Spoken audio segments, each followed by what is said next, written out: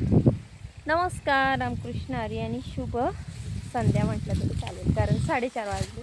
आता ही आपल्याला भेंडी दिसत असेल तर भेंडीची क्वालिटी खूप छान आहे, पण भेंडीनं भरपूर माल पण लागला, पण पूर्ण माल आपला बेकाम झाला आहे, कारण तोडून टाकावं लागणार आहे. निबर माल झाला आहे. आणि ही चवळीला पण खूप चवळी लागली होती, पण आता मी 2 दिवसापासून चवळी पूर्ण तोडून घेतली, कारण म्हटलं ही चवळी पूर्ण झाडं खराब होईल, त्याच्यामुळं मग चवळी तोडून टाकली.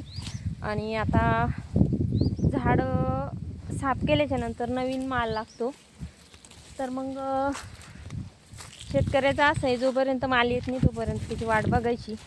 आणि आला ना की थोडं तो एक दिवससुद्धा वेट करू शकत नाही आपली, कारण आता आम्ही 5 ते 7 दिवस गावाला गेलो तर पूर्ण भेंडी निबर झाली. आता ती भेंडीचं झाडं पूर्ण साफ करून घ्यावं म्हटलं, म्हणजे कसं झाड फ्रेश झालं की माल पण व्यवस्थित येतो.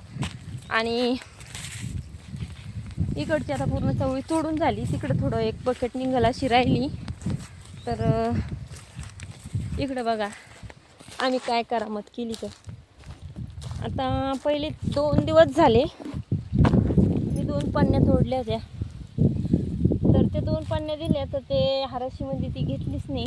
पण मग म्हटलं आपण अशा दिल्यापेक्षा, आपली मेहनत वाया घातल्यापेक्षा निदान अशा चवळीचे याच्यात तर दाणे जरी आले तर हे दाणे आपले कामाला येईल. कारण शेतकऱ्याचं कसं असतं,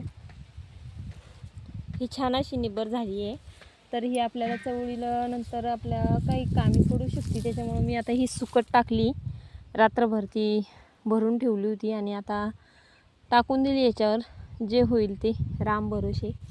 आणि आता म्हटलं चला बारीक शेंगा तोडू, कवळी भेंडी तोडू, आणि थोडं त्याचं काहीतरी विक्रय करावं लागेल, तरच आपलं काहीतरी फायदा आहे, नाही तर मग काहीच नाही.